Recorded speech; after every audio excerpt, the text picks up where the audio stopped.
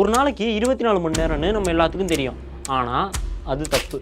ஏன்னா ஒவ்வொரு நாளும் பூமி தன்னைத்தானே சுற்றுற ஸ்பீடு குறைஞ்சிக்கிட்டே இருக்குது. நைட்டு வானத்தில் தெரிகிற நிலா நீங்கள் முந்தின நாள் பார்த்த அதே தூரத்தில் இருக்காது. ஏன்னா ஒவ்வொரு நாளும் அது நம்மளை விட்டு தள்ளி போயிட்டே இருக்குது. அப்படின்னா அது ஒரு நாள் நம்மளை விட்டு மொத்தமாக போயிடுமா? நிலா பூமியை விட்டு தள்ளி போகிறதுக்கும் ஒரு நாளுன்றது 24 மணி நேரமாக இல்லாததுக்கும் ஒரு சம்மந்தம் இருக்குது. அது என்னன்றதை சொல்கிறதுக்கு தான் நான் இப்போ இந்த சேரில் உட்காந்துட்டு இருக்கேன். இப்போ நான் சுற்றும் போது என்னோடய ஸ்பீடை கவனிங்க. இப்போ நான் இதை கிட்ட வச்சுருக்கும் போது ஸ்பீடாக சுற்றுவேன். அதுவே அதை கொஞ்சம் நான் தள்ளி தூரமாக வச்சேன்னா ஸ்லோவாக சுற்றுவேன். இதை நீங்கள் நல்லா கவனித்து பார்த்தீங்கன்னா உங்களுக்கே தெரியும். இதே தான் பூமியிலையும் நிலாலையுமே நடக்குது. புரியலைல்ல? தெளிவாக சொல்கிறேன். முதல்ல இந்த நிலா ஏன் பூமியை விட்டு தள்ளி போகுது அப்படின்றத பார்த்துடலாம். இந்த மாதிரி சில இடங்களில் கடற்கரை இப்படி ஏறி இறங்குறது தான் டைட்ஸ், அதாவது தமிழில் ஓதம் அப்படின்னு சொல்லுவோம். இந்த டைட்ஸ் எப்படி உருவாகுதுன்றதை தெரிஞ்சுக்கிட்டாலே நிலா ஏன் நம்மளை விட்டு தள்ளி போகுது அப்படின்றது புரிய வந்துடும். பொதுவாக நிலா மேலே பூமியோட ஈர்ப்பு விசையும் பூமி மேலே நிலாவோட ஈர்ப்பு விசையும் எப்போவுமே இருந்துகிட்டே இருக்கும். அந்த நிலாவோட ஈர்ப்பு விசையால் பூமியோட கடல் இந்த மாதிரி, அதாவது கொஞ்சம் வீங்கின மாதிரி இருக்கும். இதுதான் நம்ம டைடல் பல்ஜஸ் அப்படின்னு சொல்லுவோம். இந்த டைடல் பல்ஜஸ்க்கு நடுவில் பூமி தன்னைத்தானே சுற்றுறதால தான் ஒரு நாளைக்கு 2 தடவை கடற்கரை இப்படி ஏறி இறங்கி டைட்ஸ் உண்டாகுது. இந்த டைடல் பல்ஜஸ் கடலில் உண்டாகிற மாதிரியே பூமியோட தரையிலையும் பல்ஜஸ் உண்டாகும். ஆனால் தண்ணியை விட தரை ரொம்பவே கடினமாக, அதாவது ரொம்பவே இறுக்கமாக இருக்கிறதால தண்ணியில் உண்டாகிற பல்ஜஸ் அளவுக்கு தரையில் உண்டாகாது. இந்த டைடல் பல்ஜஸ் நிலாவோட ஈர்ப்பு விசையால் உண்டாகி இருக்கிறதால அதுக்கு நேராக இருக்குன்னு தானே நினைப்பீங்க. ஆனால் அப்படி இருக்காது. அது எப்போவுமே நிலாவுக்கு கொஞ்சம் முன்னாடி தான் இருக்கும். ஏன்னா பூமி தன்னைத்தானே சுற்றுறதுக்கு 24 மணி நேரம் தான் எடுத்துக்கும். ஆனால் நிலா பூமியை மொத்தமாக சுற்றி வர்ற 27 நாள் எடுத்துக்கும். இப்படி நிலா பூமியை சுற்றுறதை விட பூமி தன்னைத்தானே வேகமாக சுற்றிக்கிறதால தான் அந்த டைடல் பல்ஜஸ் நிலாவுக்கு நேராக இல்லாமல் கொஞ்சம் விலகி முன்னாடி இருக்குது. ஆனால் இதுக்கும் நிலா பூமியை விட்டு தள்ளி போகிறதுக்கும் என்ன சம்மந்தம் அப்படின்னு கேட்டிங்கன்னா, பொதுவாகவே பூமி இந்த மாதிரி எல்லா பொருட்களையும் அதுக்கிட்ட பிடிச்சி இழுக்கும். இதை தான் நம்ம ஈர்ப்பு விசை அப்படின்னு சொல்லுவோம். இந்த ஈர்ப்பு விசை பூமிக்கு மட்டும் இல்லை, நம்ம டெய்லி பார்க்குற நிறையுள்ள எல்லா பொருளுக்குமே இருக்கும். இந்த நிறை, அதாவது மாஸ்னா என்ன, இது எப்படி ஈர்ப்பு விசையை உண்டாக்கி மற்ற பொருட்களை அதுக்கிட்ட பிடிச்சி இழுக்குது அப்படின்றத பற்றி நாங்கள் ஏற்கனவே ஒரு வீடியோவில் பேசியிருக்கோம். வேணுங்கிறவங்க அதையும் போய் பாருங்கள். இப்போ இதே மாதிரி தான் பூமியில் உருவான அந்த டைடல் பல்ஜஸ்க்கும் ஒரு ஈர்ப்பு விசை இருக்கும். ஏற்கனவே இருக்கிற பூமியோட ஈர்ப்பு விசையால் தான் நிலா பூமியை சுற்றி வந்துகிட்டு இருக்கோம். இப்போது இந்த டைடல் பல்ஜஸ் ஒரு எக்ஸ்ட்ரா ஈர்ப்பு விசையை நிலா மேலே செலுத்தும். அந்த ஈர்ப்பு விசையால் நிலா முன்னோடி ஈர்க்கப்பட்டு அதோட ஆர்பிட்டல் வெலாசிட்டி அதிகமாகும். அதாவது அது பூமியை சுற்றி வர்ற வேகம் அதிகமாகும். இப்படி பூமியை சுற்றி வர்ற வேகம் அதிகமானதால் அது பூமியை விட்டு தள்ளி போகும். எப்படின்னா, இப்போ இந்த மாதிரி உள்ள ஒரு ராட்டனத்தில் நம்ம சுற்றும் போது நம்ம அதை சுற்றுற வேகத்தை அதிகப்படுத்துகிறோம்னா நம்ம அந்த ராட்டனத்தோட சென்டர்லேருந்து தள்ளி போவோம்ல, அந்த மாதிரி தான் இப்போது நிலா பூமியை சுற்றி வர்ற வேகம் அதிகமானதால் அது பூமியை விட்டு தள்ளி போகுது. எந்த அளவுக்குனா, ஒரு வருஷத்துக்கு 3.8 சென்டிமீட்டர். இப்படி நிலா பூமியை விட்டு தள்ளி போகிறதால தான் பூமியோட தன்னைத்தானே சுற்றுற வேகம் குறையுது.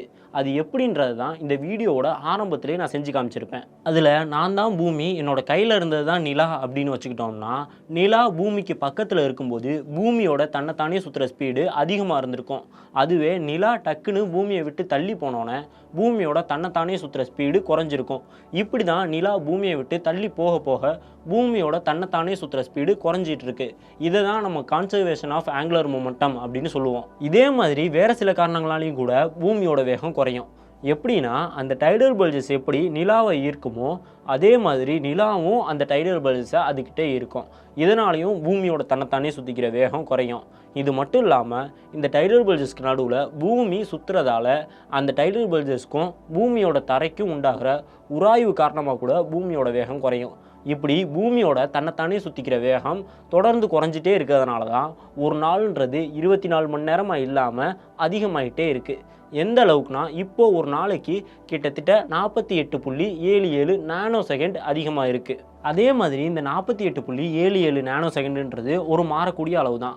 ஏன்னா பூமியில் நிலநடுக்கம் வர்றது, டெக்டானிக் பிளேட்ஸில் ஏதாவது மாற்றம் ஏற்படுறது, பனிப்பாறை உருகிறது, இந்த மாதிரி பல விஷயங்களை பொறுத்து பூமியோட தன்னைத்தானே சுற்றிக்கிற வேகம் மாறுபடும்.